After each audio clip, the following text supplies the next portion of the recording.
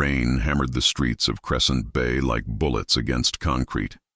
The kind of night where honest people stayed locked behind their doors, and the rest of the world belonged to shadows and secrets. Dante Moretti sat in the back of a bulletproof Lincoln Navigator, watching water cascade down tinted windows. His driver, Marco, knew better than to speak. The silence between them was thick, almost sacred. Dante had that effect on people. His presence demanded reverence, or at least survival instinct. He shouldn't have been here. Not tonight. Not in this forgotten corner of New Jersey where rust and regret clung to every storefront. A high-stakes meeting awaited him in Manhattan, the kind where empires shifted hands and blood debts were paid. But something had pulled him off course. A memory, a name. A face he'd buried under 15 years of violence and power. "Pull over," Dante said, his voice low and cold as winter steel. Marco's eyes flicked to the rearview mirror. "Boss?" "There." Dante pointed to a dim neon sign barely visible through the downpour. Rosie's Diner. The letters flickered like a dying heartbeat. The place looked like it hadn't seen a renovation since Nixon was president. Cracked vinyl booths, yellowed ceiling tiles, windows fogged with decades of grease and desperation. But something about it called to him, or rather, someone. Dante stepped out into the rain, letting it soak through his $1,000 coat. He needed to feel something real, something that wasn't orchestrated power plays and calculated murders. The bell above the door chimed as he entered, a small, innocent sound that felt wrong in his world. Inside, the diner was nearly empty. A trucker hunched over coffee, a young couple whispering in a corner booth. And behind the counter, moving with practiced efficiency, was a woman who made Dante's world tilt on its axis. At first he couldn't be sure. The years had changed her, thinned her face, dulled the fire that once blazed in those emerald eyes. But when she turned and called out, "Seat yourself, I'll be right there," his breath caught in his throat. Elena Martinez. The girl who'd challenged him in every debate, outsmarted him in every test, made him feel like maybe, just maybe, there was more to life than the empire his father was building in blood and fear. She'd been accepted to Juilliard on a full scholarship, destined to become a world-renowned violinist. Her hands could make a violin weep or sing with equal mastery. Now those hands gripped a coffee pot stained with years of service. Dante slid into the farthest booth, keeping his face angled away. Recognition would complicate things. He wasn't the lanky teenager she'd known at St. Augustine Prep. He was Dante Moretti, the man who'd taken over the East Coast Syndicate when his father's enemies thought they'd destroyed the family. He was power, wealth, and death wrapped in tailored Italian suits. But sitting in this diner, watching Elena refill sugar dispensers with tired precision, he felt like that boy again. The one who'd loved her in silence, knowing his world would devour someone like her. She approached his table, order pad in hand, and their eyes met. For half a second, something flickered across her face. Recognition, confusion, then nothing. She'd learned to bury things too. "Coffee?" she asked, her voice carrying the weight of 1,000 untold stories. "Black," Dante replied, keeping his tone neutral. She poured, and he noticed her hands, calloused, trembling slightly. These weren't the hands of a musician anymore. They were the hands of someone who'd surrendered dreams to survive. As she walked away, Dante pulled out his phone and typed a single message to his consigliere, Victor Chen. "Need a full background. Subject, Elena Martinez, St. Augustine Prep, class of 2010. Priority, immediate and discreet." Victor's response came within seconds. "Already on it. Knew you'd ask the moment Marco reported your location." Dante almost smiled. Victor always was 3 steps ahead. He stayed in that booth for 2 hours, nursing cold coffee and watching Elena navigate between tables with mechanical precision. Every smile she gave customers was a mask. Every word she spoke was scripted by exhaustion. She'd become a ghost of who she was meant to be. And Dante Moretti, a man who'd built an empire on ruthlessness and fear, felt something crack inside his chest. Something he'd thought his father had beaten out of him years ago. Compassion, regret, maybe even love that never died, just hibernated under layers of violence. When Elena finally disappeared into the back room, Dante stood, left $300 bills under his empty cup, and walked into the rain. Marco had the car running. "Where to, boss?" Dante stared at the diner's flickering sign. "Home. But first, tell Victor I want answers by dawn. Everything. What happened to her? Why she's here? Who's responsible?" Marco nodded and pulled into traffic. Inside the diner, Elena returned to Dante's table and found the money. Her hands shook as she counted it. $300 for a cup of coffee. She looked toward the door, but whoever left it was already gone. For the first time in years, Elena Martinez allowed herself to wonder, what if?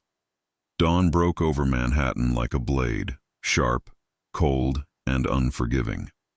Dante Moretti stood in his penthouse office, 53 floors above the city that feared his name. Floor-to-ceiling windows framed the skyline, but he wasn't admiring the view. His eyes were locked on the tablet in his hands, reading Victor's report with the focus of a man dissecting an enemy's weakness. Except Elena wasn't an enemy. She was something far more dangerous, a reminder that he'd once been human. The report was thorough, brutal in its detail. Elena Martinez had indeed enrolled at Juilliard in 2010, full scholarship, hailed as a prodigy who could make audiences weep with a single bow stroke. Her professors called her once in a generation. Industry legends wanted to mentor her. The world had been hers for the taking. Then her mother, Sofia Martinez, collapsed during a double shift at the textile factory where she'd worked for 20 years. Massive stroke. The medical bills came fast and merciless. Their insurance covered almost nothing. Elena's younger sister, Isabella, was only 14, brilliant, fragile, and suddenly without anyone to protect her. Elena withdrew from Juilliard after her first year. No fanfare, no goodbye performances. Just a simple letter. "Family circumstances require my immediate and indefinite attention. Thank you for believing in me." She'd returned to Crescent Bay and disappeared into the machinery of survival. 2 jobs, sometimes 3. Factory work during the day, waitressing at night, and weekend shifts at a dry cleaner when she could get them. For 13 years, she'd been invisible. A ghost keeping other ghosts alive. Dante set the tablet down and stared at his reflection in the window. The man looking back wore a $5,000 suit and commanded respect through fear. But underneath, buried deep, was the kid who'd sat behind Elena in calculus, watching her fingers drum against her desk like she was playing invisible symphonies while solving equations that made other students weep. He'd wanted to tell her then that he heard music in everything she did. But boys like him, sons of monsters, didn't get to love girls like her. His father, Salvatore Moretti, had made that clear the night he'd caught 16-year-old Dante sketching Elena's profile during a family business dinner. Salvatore had taken the sketch, held it over a candle until it burned, and said, "Men like us don't love, Dante. We own, we control, we dominate. Love makes you weak, and weak men die screaming." 2 years later, Salvatore was gunned down in a restaurant by the Calabrese family. Dante had been 20 years old, thrust into command of an empire built on blood and secrets. He'd proven himself by doing what his father never could. He'd won. Not just survived, but conquered. The Calabrese family no longer existed. Neither did anyone else who'd underestimated him, but victory had cost him everything soft, everything pure. He'd become exactly what his father wanted, a king without a heart, until last night. Until he'd seen Elena pouring coffee with hands that should have been holding a violin bow worth more than that entire diner. His phone buzzed. Victor Chen's name appeared on the screen. "Talk to me," Dante answered. "The mother's in a long-term care facility in Newark. Private room, which Elena somehow affords on her wages. Don't ask me how, the math doesn't work. The sister graduated from Rutgers last year, works as a social worker in Patterson. Clean record, good kid." Elena's been the glue holding it all together. Dante's jaw tightened. Debts. Medical debt's been sold to collections 3 times. Current holder is Apex Recovery Group. They've been threatening legal action for 6 months. Total owed $247,000. Buy the debt today, then bury it. Victor paused. Boss, if you're thinking about... I'm not thinking, Victor. I'm doing. Buy it, erase it, and make sure no one ever mentions it to her. She doesn't need to know where it went. Understood. What else? Dante turned away from the window. Find out who owns that diner. And Victor, be discreet. If she catches wind of this before I'm ready, it all falls apart. She won't hear it from me. But Dante? Victor's voice softened. A rare occurrence. This isn't a business move. You know that, right? Yeah, Dante said quietly. I know. He ended the call and walked to a locked cabinet built into the wall. Inside, hidden behind ledgers and contracts, was a small box he hadn't opened in 15 years. He pulled it out, sat down, and lifted the lid. Inside was a concert program from St. Augustine Prep's senior year showcase. Elena's name was printed in bold, Elena Martinez, violin, Paganini's Caprice, number 24. He remembered that night like it was yesterday. She'd walked onto that stage in a simple black dress, no jewelry, no pretense. Just her, the violin, and a silence so complete you could hear hearts beating in the audience. Then she'd played, and the world had stopped. Dante had watched from the back row, knowing he had no right to be there, knowing his father would beat him if he found out.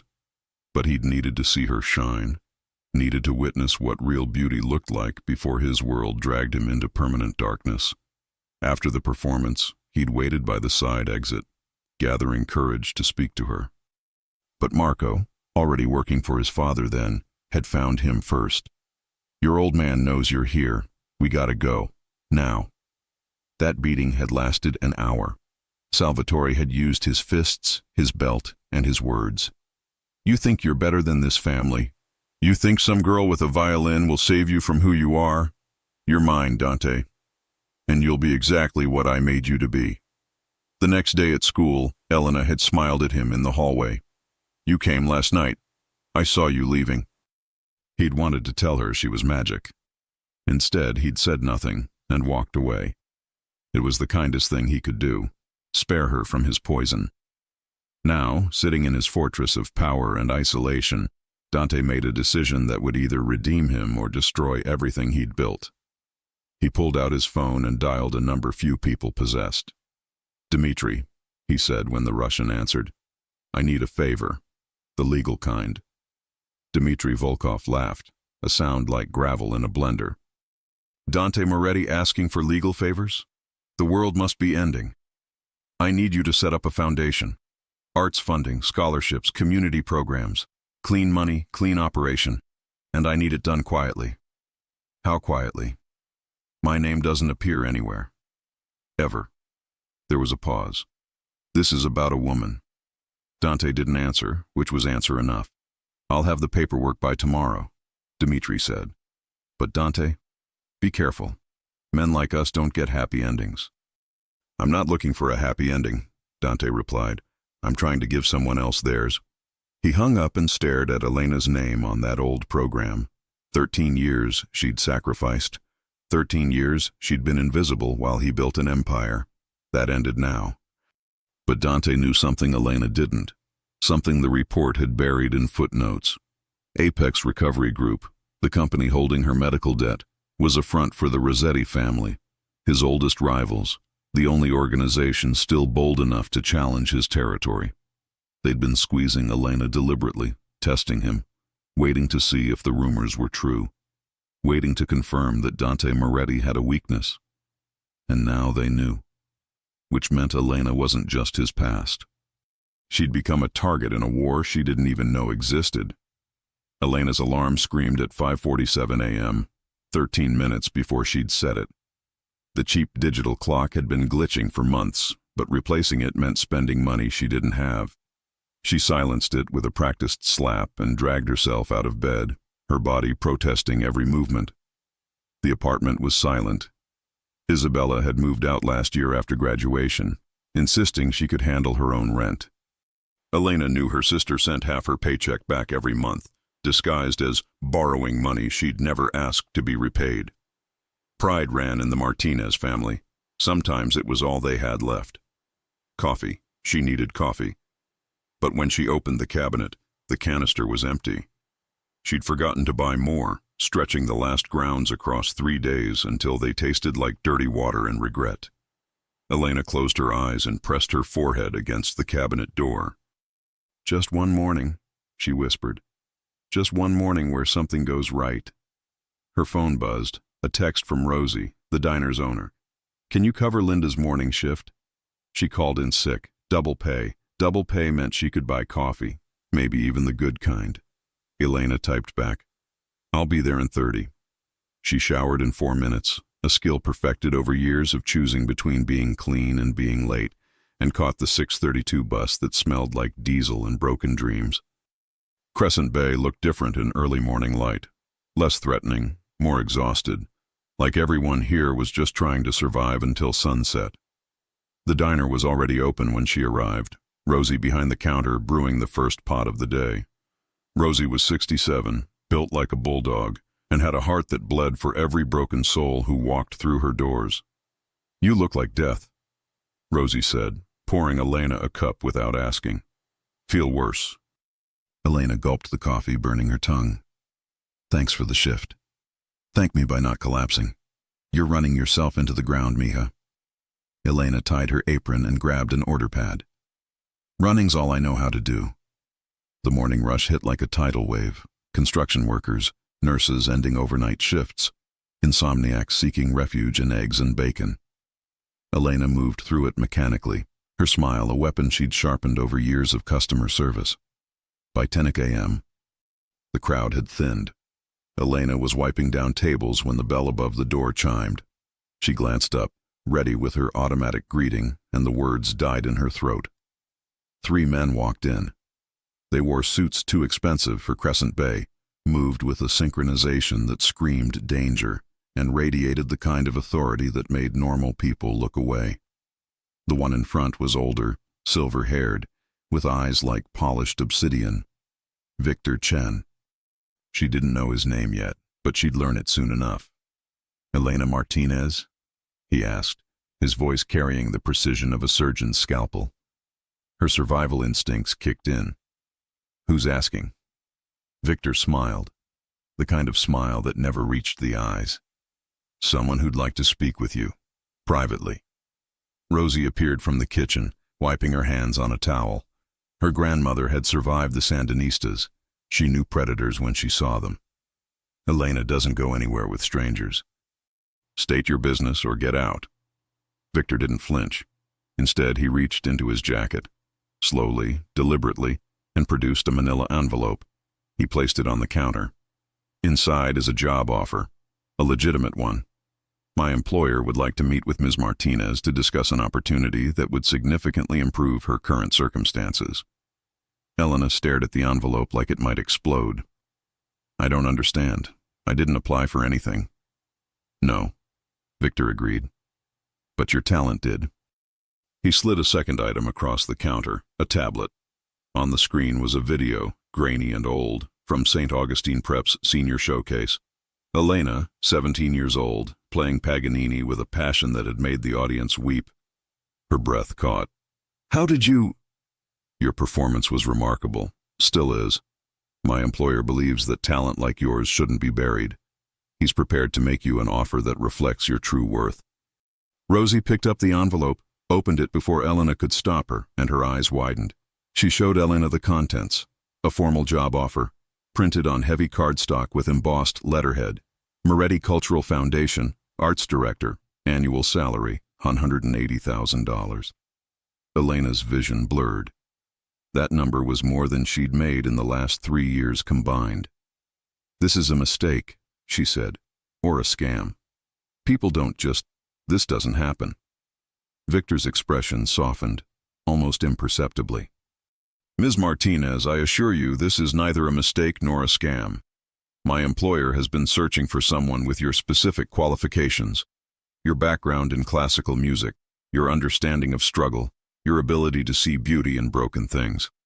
The foundation needs a director who understands that art isn't just about perfection, it's about survival." Who's your employer? Elena demanded, her voice shaking. Victor paused, choosing his words carefully. Someone who knew you a long time ago, someone who never forgot what you were capable of becoming. The diner seemed to tilt. Elena gripped the counter for balance. I need a name. Meet with him first, hear the offer, then decide. Victor placed a business card next to the envelope.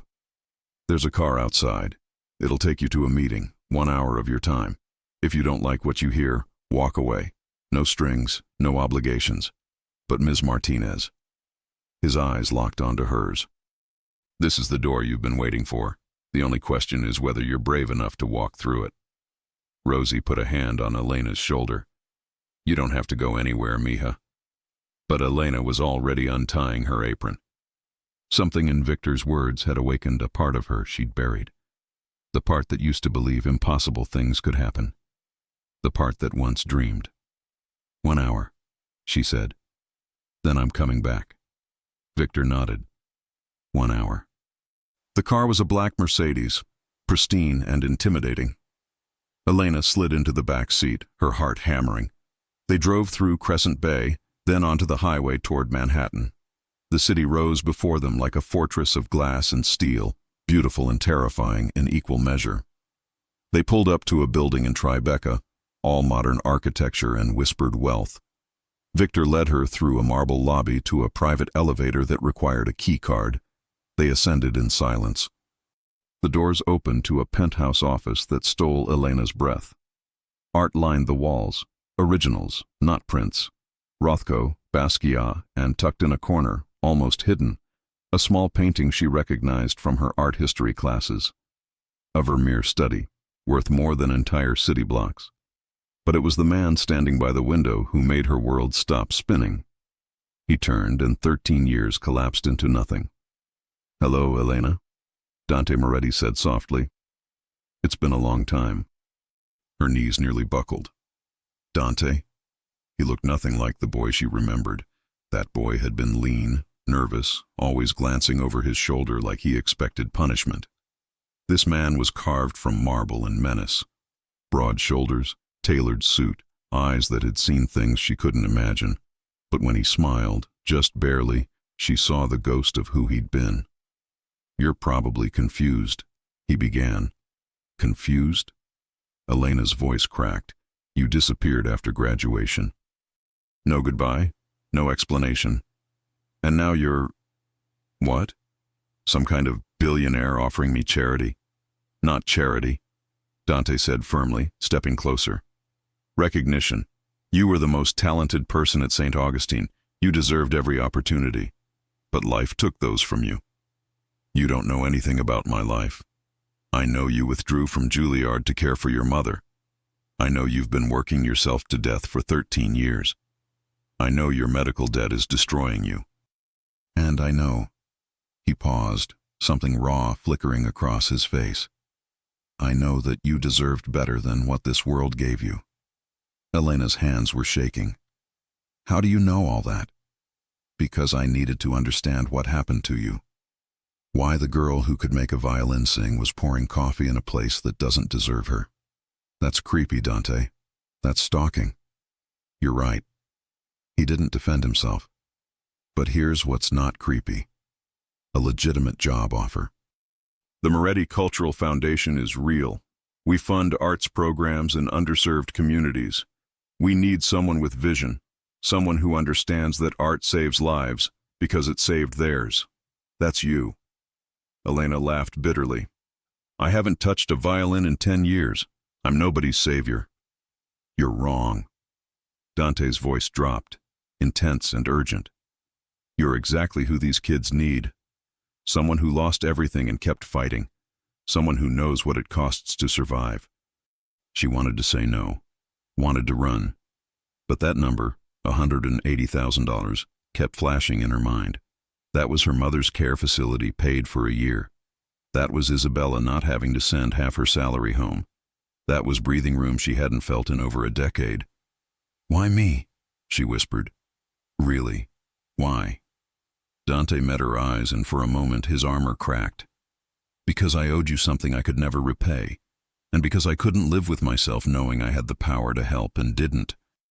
What could you possibly owe me? His answer was barely audible. Everything.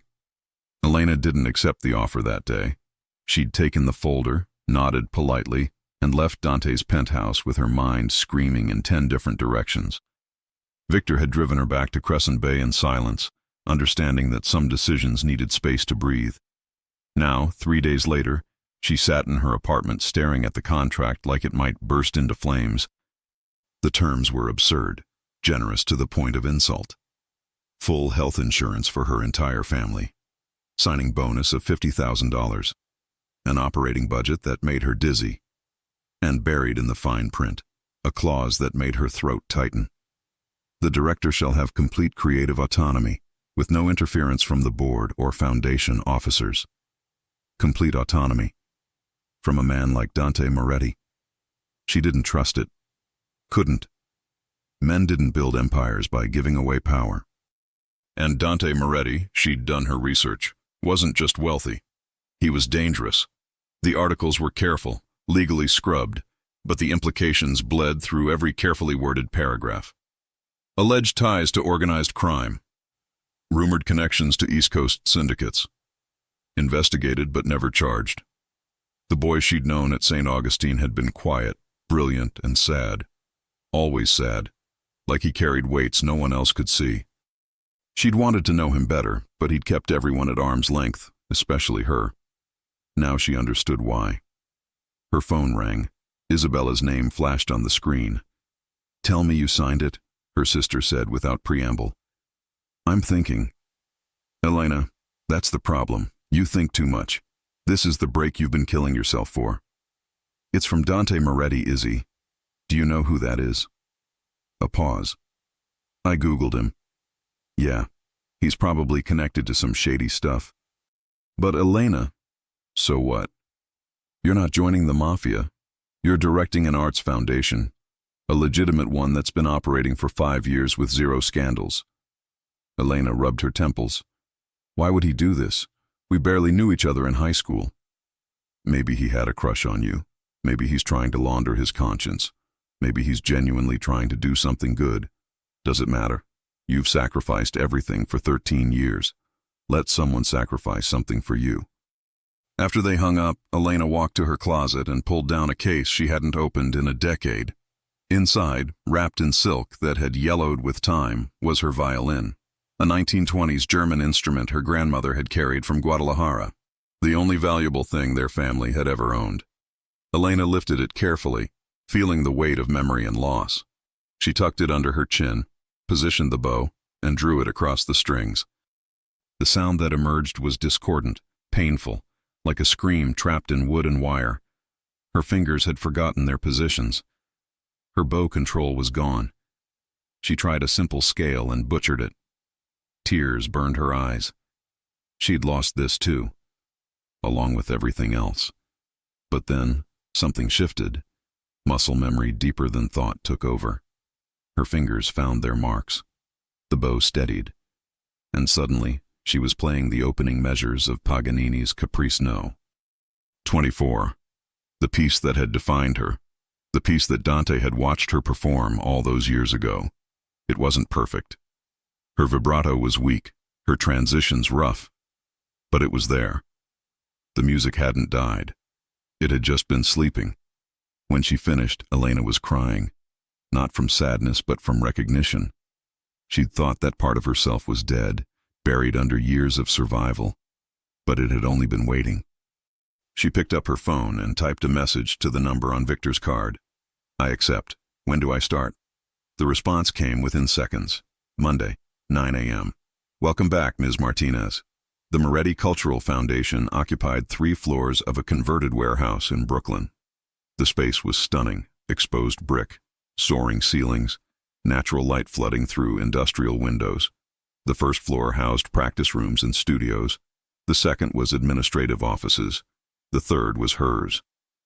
Elena stepped off the elevator Monday morning, wearing a dress she'd bought from a thrift store and shoes that pinched her feet. She felt like an imposter in a world that belonged to someone else. But the staff greeted her with genuine warmth. The program coordinators were young, passionate, eager to show her everything they'd built. They'd been running on autopilot, they explained, waiting for someone with vision to lead them.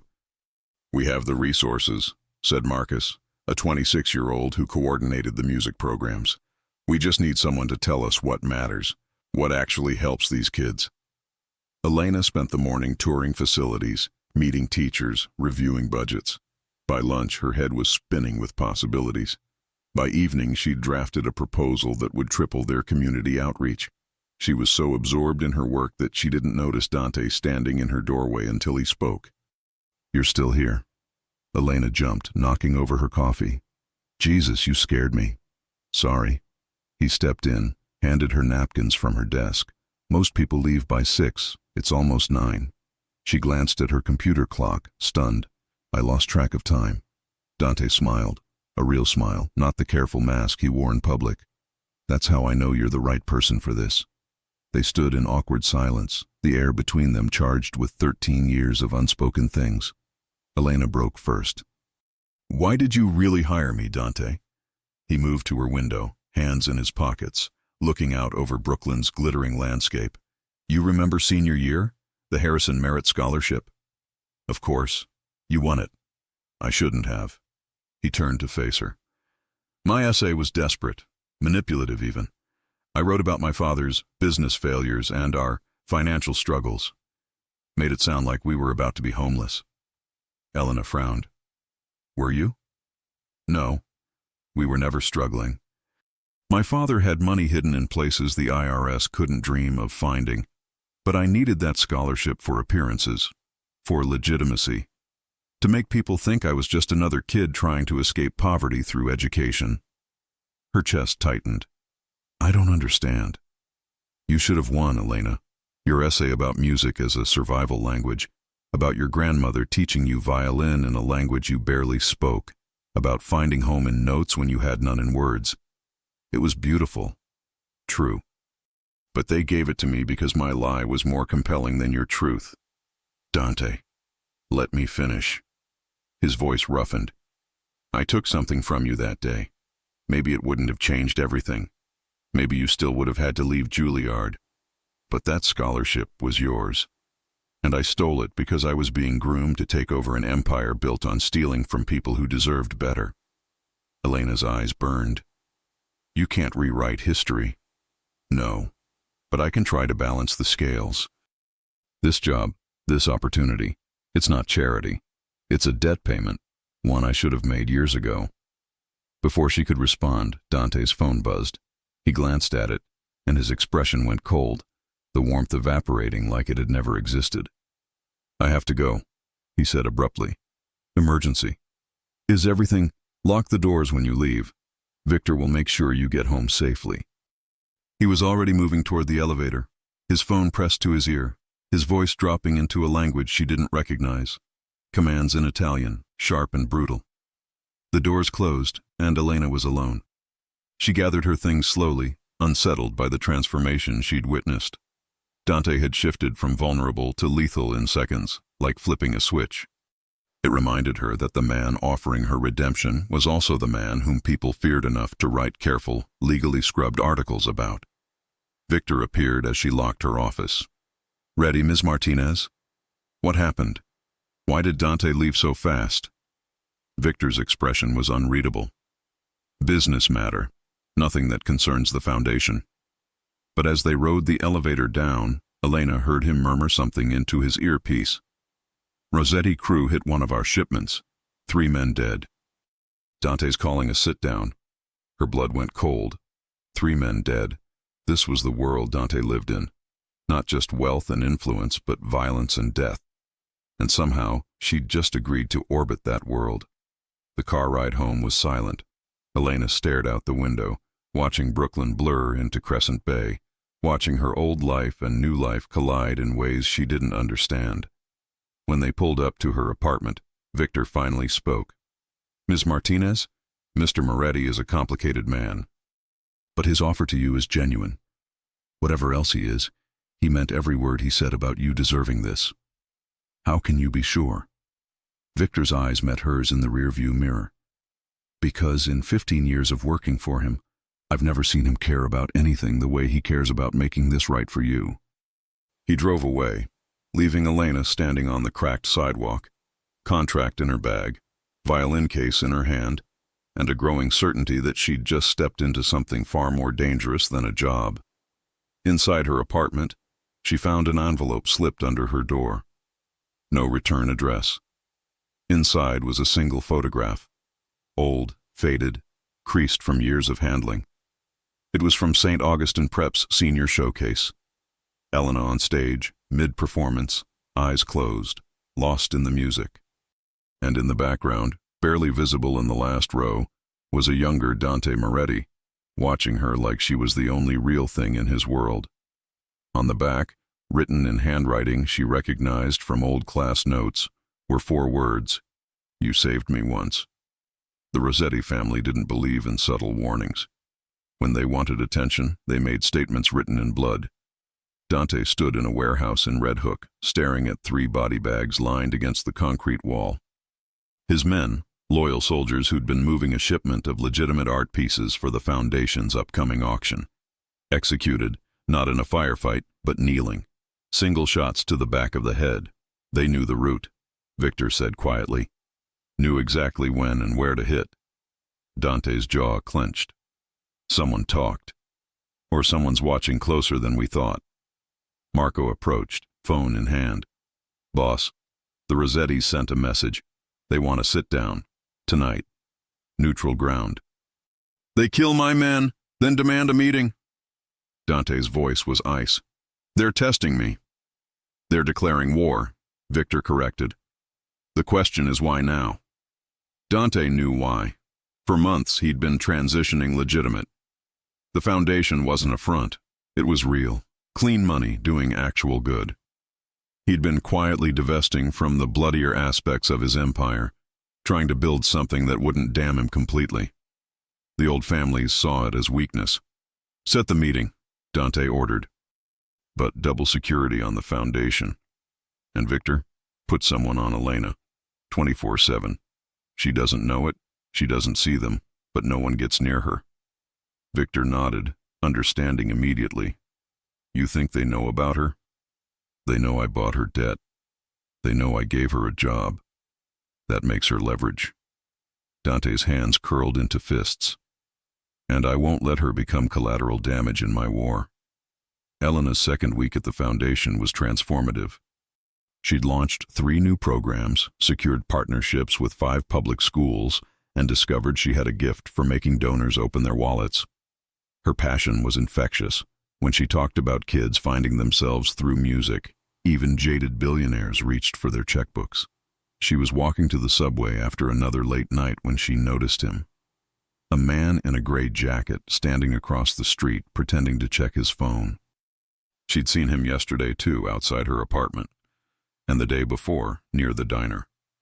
Elena's survival instincts, honed by years in rough neighborhoods, screamed warnings. She ducked into a bodega, watching through the window. The man didn't follow, but he didn't leave either. She called the only number she trusted. "Victor, I think someone's following me." Gray jacket, brown hair, scar on his left cheek. Her blood chilled. "You know him? He's one of ours, Ms. Martinez. You're under protective surveillance. For your safety." "My safety from what?" Silence. Then, "I think you need to have this conversation with Dante." 20 minutes later, she was back in Dante's penthouse, fury overriding fear. He stood by his window, drink in hand, looking older than his 31 years. "You're having me followed?" she demanded. "Protected," he corrected quietly. "There's a difference." "From what?" "Dante, what aren't you telling me?" He turned, and the weight in his eyes made her breath catch. "There are people who want to hurt me, and the best way to do that is through people I care about. We barely know each other. That doesn't make it less true." He set down his glass, moved closer. "Elena, the world I come from doesn't forgive weakness, and caring about someone, that's the ultimate weakness." "Then why give me this job? Why put me in danger?" "Because I'm trying to build something different, something clean. The Foundation is real, no dirty money, No hidden agendas. But my enemies see it as me going soft. And they're going to test that by targeting what I'm trying to protect. Elena's voice dropped. You're saying I'm bait. No, I'm saying you're someone I won't let them touch. His intensity was frightening. I have men watching you, your sister, your mother's facility. No one will hurt you. I promise you that. You can't promise that. Watch me. She should have run, should have quit, disappeared back into obscurity where she was safe. But instead she asked, who are they? The Rossetti family. They've controlled certain operations in Jersey for decades. We've had an understanding, but I've been pushing them out of territories they consider theirs. They're pushing back. By targeting me. They bought your medical debt 6 months ago. They've been squeezing you deliberately, waiting to see if I'd react. When I erased that debt and gave you this job, I confirmed what they suspected, that you matter to me. Elena sat heavily on his couch. This is insane. I know, and I'm sorry. But I won't apologize for helping you. I'd make the same choice again, even if it puts me in danger. Dante knelt in front of her, his eyes burning with something raw and honest. Elena, you've been in danger your whole life. Poverty, debt, exhaustion slowly killing you. That's just a different kind of violence. At least now you have someone fighting back with you. She wanted to hate him for dragging her into this. Instead, she found herself asking, what happens at this meeting tonight? I remind them why people fear my name, and I make it clear that you're untouchable. And if they don't listen, his smile was cold, terrible. Then I remind them what happens to families who forget their place. The meeting took place in a closed restaurant in Little Italy, Romano's, a place where deals were made and bodies were buried, sometimes in that order. Dante arrived with Victor and 4 soldiers, each carrying enough firepower to start a small war. Anthony Rossetti sat at the head table, flanked by his consigliere and muscle. He was 58, silver-haired, with the kind of smile that preceded terrible things. Dante Moretti, Anthony said, spreading his hands. The prince becomes king. Your father would be proud. My father's dead because he underestimated his enemies. I don't make that mistake. Yet here you are, making yourself vulnerable. Anthony leaned forward. A charity foundation? Art programs? You've gone soft, boy. I've diversified. There's a difference. And the girl, Elena Martinez, that diversification too? The temperature in the room dropped. Dante's men tensed, hands moving toward concealed weapons. Careful, Dante said softly. You're about to cross a line. Anthony laughed. We already crossed it when we bought her debt. Been squeezing her for months, watching to see if you'd bite. And you did. So predictable. You want to talk debts? Let's discuss the 300 grand you owe me from the Newark shipment. Consider it payment for a lesson. Don't let personal feelings compromise business. Anthony's smile vanished. Give us the Red Hook territory, or we'll take something you value more. Dante stood slowly, buttoning his jacket. You touch her, you die. Not quick, not clean. I'll dismantle your family piece by piece until no one remembers the Rossetti name existed. Big threats from a man who's forgotten how to pull a trigger. What happened next was poetry written in violence. Dante moved like lightning, grabbed Anthony's consigliere's wine glass and smashed it across his face, then pulled a gun none of them had seen and pressed it to Anthony's temple before his guards could react. I haven't forgotten anything, Dante whispered. I've just been choosing mercy. But for you, I'll make an exception. Victor's men had weapons drawn, creating a standoff. Blood dripped from the consigliere's ruined face. Last chance, Dante said. Walk away from Elena, forget Red Hook, and we maintain peace. Or test me and find out why people still cross the street when they see my name. Anthony's hands were shaking. You're making a mistake. No, I'm correcting one. Dante released him, stepped back. This meeting's over. They left Romano's knowing war was inevitable, but Dante had bought time to secure Elena, time to fortify his positions, time to prepare for the storm. What he didn't know was that the storm was already inside his walls. Marcus, the young program coordinator Elena had befriended, stood in a bathroom stall at the foundation, phone pressed to his ear. "He's protecting her around the clock," Marcus whispered. "No way to get close without starting a war." The voice on the other end was patient, calculating. "Then we don't take her. We frame her. Make Moretti doubt everything. Destroy the trust. Destroy the protection." "How?" "You work in her office. You have access to her computer. It's time to earn what we're paying you." Marcus ended the call, stared at his reflection in the mirror. He'd taken the Rossetti money 6 months ago when his gambling debts became death sentences. Now he was in too deep to escape. He thought about Elena, her passion, her kindness, how she'd believed in him when no one else did, and he was about to destroy her. But in this world, loyalty was a luxury only the powerful could afford. He walked back to his desk and began planning Elena's downfall. 3 weeks passed in fragile peace. Elena threw herself into work, trying to ignore the armed shadows that followed her everywhere. The foundation was thriving. Enrollment had tripled, donations were pouring in, and she'd just secured a partnership with Lincoln Center. She was reviewing grant applications late one Thursday when her computer froze. The screen went black, then filled with cascading code. "What the hell?" Marcus appeared in her doorway. "Everything okay?" "My computer just crashed. Can you—" "I'll call it." He was already pulling out his phone, but Elena caught something in his expression. Fear, guilt. The IT specialist arrived within minutes, one of Dante's people. She'd learned to recognize them. He examined her computer, his face darkening with each passing second. "Ms. Martinez, I need to take this, now." "What's wrong?" "Please, just let me secure it." An hour later, Elena sat in Dante's office while Victor laid out the evidence. Her computer had been used to access CNS proprietary files, encryption algorithms worth millions. The breach was traced to offshore servers linked to the Rossetti family. "That's impossible," Elena said, her voice hollow. "I didn't access anything. I barely understand half the technical systems." "The logs show otherwise," Victor said gently. "Your credentials, your workstation, your access times." Dante hadn't spoken. He stood by his window, back turned, radiating a cold fury that terrified her more than any weapon.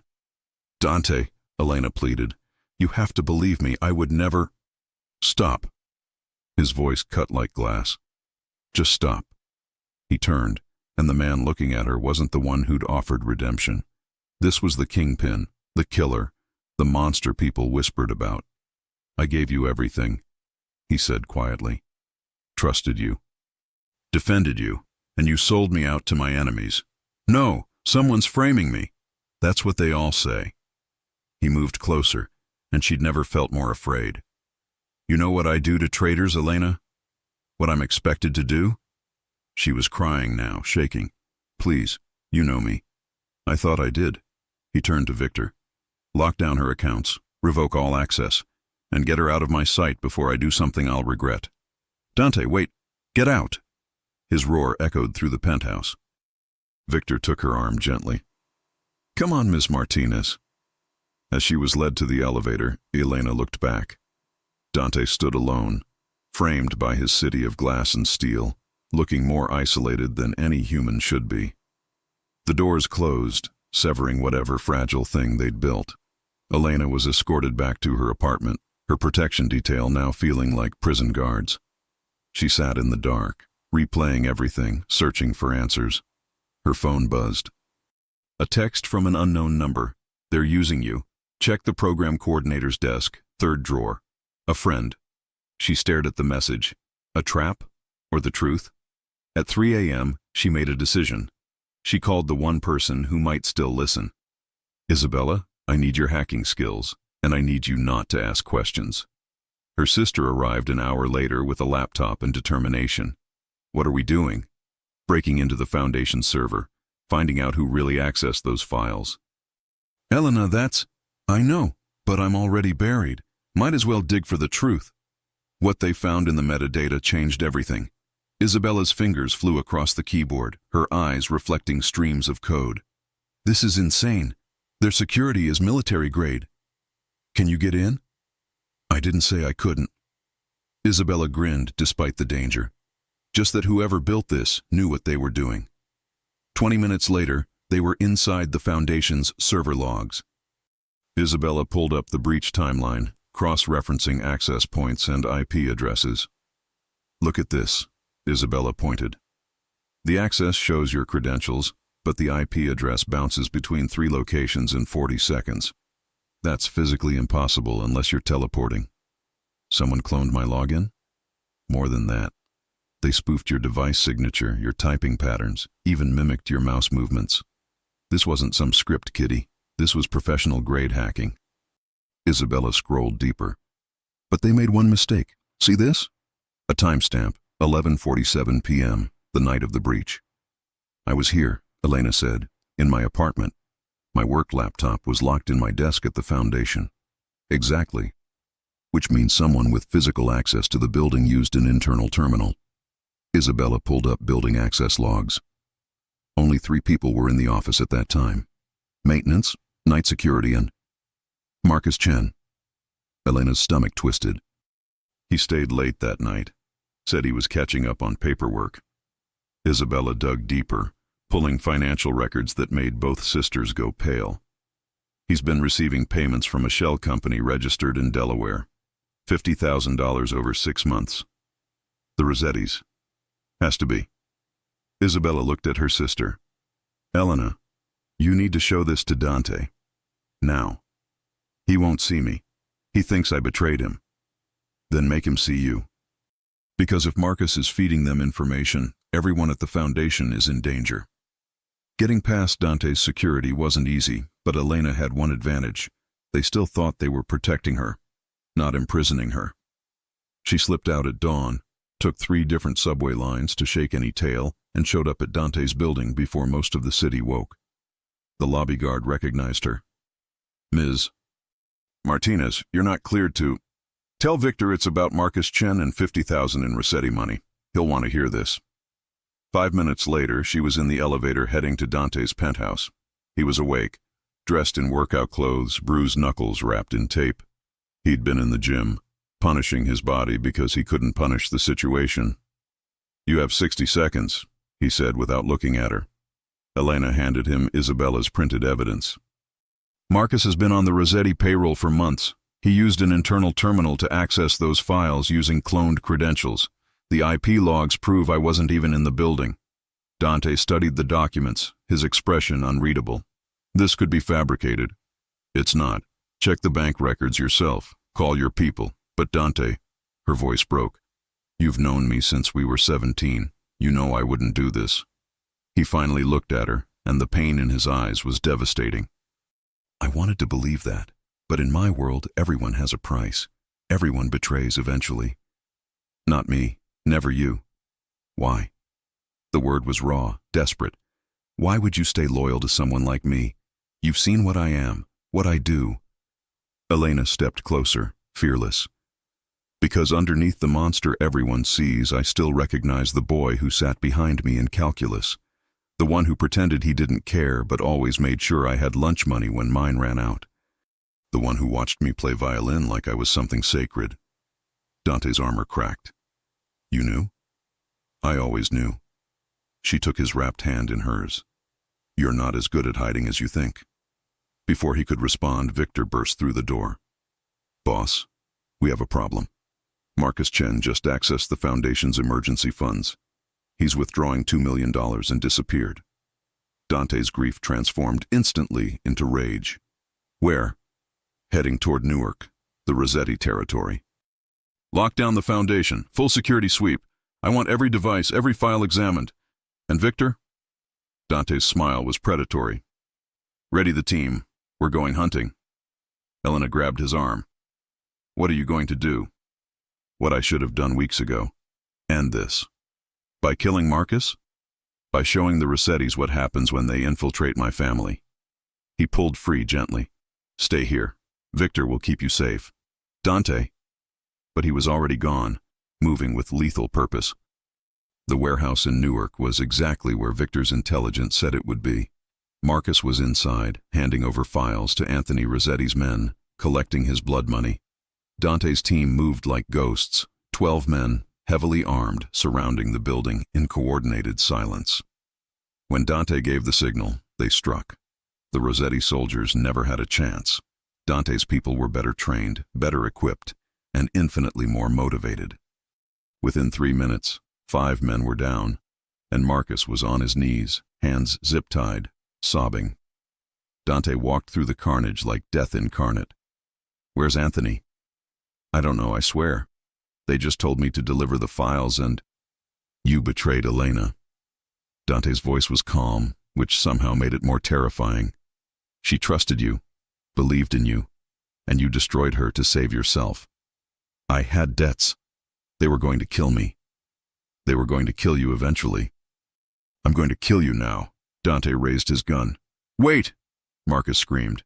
"Anthony has something planned. Tonight. He's going after the Foundation directly. He wants to send a message by burning it down during the youth concert. All those kids—" Dante's blood froze. The youth concert. Elena's project. 200 children from underserved communities performing for their families. Scheduled for 7 p.m. It was 5:45 now. How's he getting in? Fire exits. He's got men with accelerants. The plan is to trap everyone inside. Dante looked at Victor. "Get every available man to the Foundation. Evacuate that building. Now." "What about him?" Victor gestured to Marcus. Dante pressed the gun to Marcus's temple, and for a moment, the trigger finger tightened. Then he lowered the weapon. "Tie him up. Leave him for the feds with all the evidence. Let him rot in a cell where he belongs." He was already running for the car. If Anthony succeeded, Elena would die thinking Dante had abandoned her, that he'd believed her betrayal. He couldn't let that be his last truth. The Foundation was alive with excitement when Dante's convoy arrived. Families filled the lobby, children in their best clothes clutching instruments, the air humming with nervous energy. Elena stood near the stage, coordinating last-minute details, unaware of the nightmare racing toward her. Dante burst through the doors with Victor and 20 armed men, and the celebration atmosphere shattered instantly. "Everybody out! Now!" Dante's voice cut through the confusion. "This is not a drill. Evacuate immediately." Parents grabbed children, teachers herded students toward exits. Elena pushed through the chaos toward Dante. "What's happening?" "Rossetti's planning to burn this place down with everyone inside. We have maybe 10 minutes. He grabbed her shoulders. "You need to leave. Now. Not without making sure every kid gets out." "Elena, these are my kids, Dante. I'm not abandoning them." He saw the steel in her eyes and recognized it, the same fire that had made her sacrifice everything for her family. "Fine, but you stay with me." They moved through the building in coordinated teams. Victor's men swept every floor, every closet, every bathroom. The count was agonizing: 187, 193, 198. "2 kids missing," a teacher screamed. "The Ramirez twins. They were exploring backstage." Elena was already running. Dante caught up with her in the backstage labyrinth, a maze of dressing rooms and storage spaces. They found the twins hiding in a costume closet, playing dress-up, oblivious to danger. "Come on, sweethearts," Elena coaxed them out. "We're playing a new game. Fastest ones to the front door win." The children giggled and ran. Elena started to follow when Dante grabbed her arm. "Smell that?" Gasoline. Strong and close. They turned the corner and found him, Anthony Rossetti himself, flanked by 4 men, all carrying accelerant containers. He smiled when he saw Dante. "Right on time. I was hoping you'd get here before the show started." Dante positioned himself between Anthony and Elena. "This ends now. No more games." "Oh, this isn't a game anymore." Anthony pulled out a lighter. "This is a funeral. For your little redemption project and the girl you thought you could save." He flicked the lighter, flame dancing. "Tell me, Dante, what burns faster? Buildings or dreams?" What happened next was chaos distilled into seconds. Anthony threw the lighter toward puddles of gasoline. Dante fired twice, killing two of Anthony's men and hitting Anthony's shoulder. The lighter tumbled through the air in slow motion. Elena dove, impossibly, and caught it before it hit the accelerant, closing her fist around the flame. The pain was instant, searing. She screamed, but didn't let go. Dante's team flooded in. Victor shot the remaining soldiers while Dante grabbed Anthony by his wounded shoulder, pressing until the old man howled. "You lose," Dante whispered. "Your family's finished. Your territory's mine, and you're going to spend whatever life you have left in a cell, knowing you failed." Sirens wailed outside. The NYPD and FBI were converging. Victor had called them en route, ensuring official witnesses to the Rossetti attack. Dante released Anthony to the arriving agents, then turned to Elena. She was cradling her burned hand, tears streaming down her face, but her eyes were fierce. "You're insane," he said, carefully examining her injury. "You could have lost your hand. Would have been worth it." Her voice was tight with pain. "These kids deserve their concert." Paramedics rushed in, treating Elena's burns while federal agents swarmed the building. Anthony Rossetti was led away in handcuffs, screaming threats that no one believed anymore. His empire was crumbling, and everyone knew it. Outside, families were being reunited with their children. The crisis was over, but the concert was canceled. Elena watched from the ambulance, heartbroken. "They practiced for months," she said quietly. Dante made a decision. He walked to the gathered families, raised his voice. "The concert's been moved. Tomorrow night, Lincoln Center, main stage. Every family's invited, transportation provided, and Ms. Martinez," he looked back at her, "will be conducting." The crowd erupted in applause. Elena stared at him, this complicated man who'd brought chaos and salvation in equal measure. "You can't just rent Lincoln Center overnight. I own 3 seats on their board. Watch me." He sat beside her in the ambulance. "And Elena, I'm sorry for doubting you, for not seeing the frame until it was almost too late. You came back," she said simply. "That's what matters." The paramedic finished bandaging her hand. "You'll need surgery to prevent scarring, but you're lucky, no nerve damage." As they closed the ambulance doors, Dante stayed with her. "I'm not leaving you again. Promise?" "I don't make promises lightly." He took her uninjured hand. "But for you, I promise everything." The ambulance pulled away, sirens fading into the New York night. Behind them, the foundation stood intact, scarred but surviving, just like the 2 people who'd fought to protect it. Tomorrow would bring new challenges. But tonight, they'd won. 6 months later, Lincoln Center glowed against the Manhattan skyline.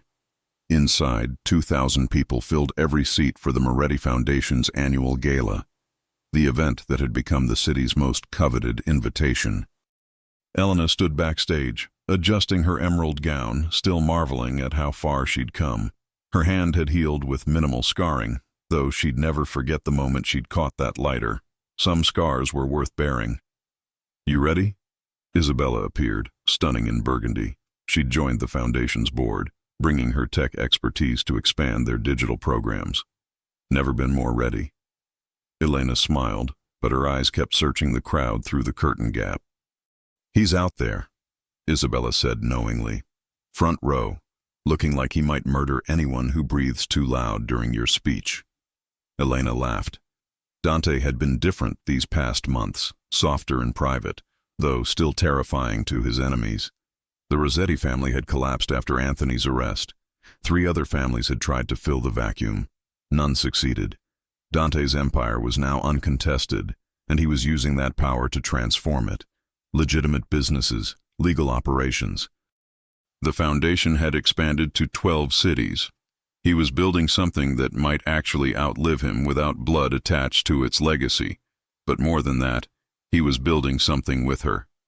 The curtain rose. Elena walked to the podium, and the applause was thunderous. She waited for silence, then began. 13 years ago, I put my violin in a case and thought I'd never open it again. I thought survival and dreams couldn't coexist.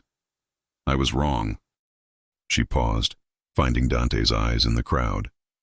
"Someone once told me that buried dreams aren't dead. They're just waiting for the right moment to breathe again.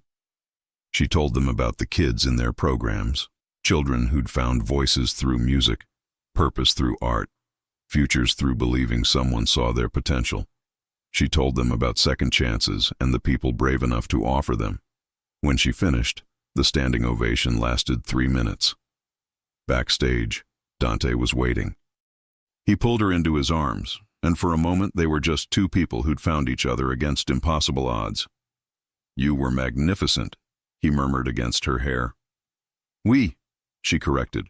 "We were magnificent." He pulled back, his expression suddenly serious. "Elena, I need to tell you something." Her heart quickened. "What's wrong?"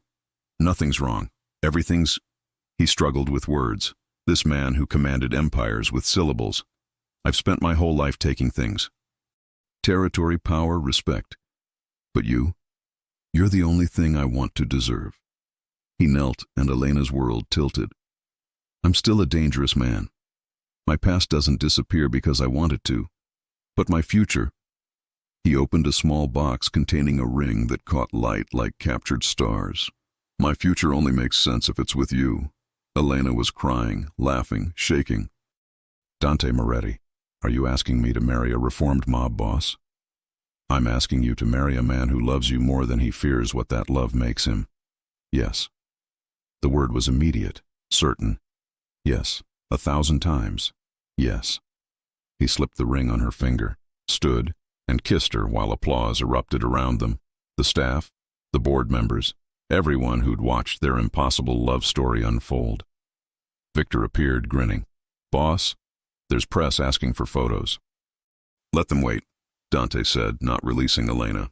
"Some moments are just ours." Later, during the gala's dinner, Dante stood to make a toast.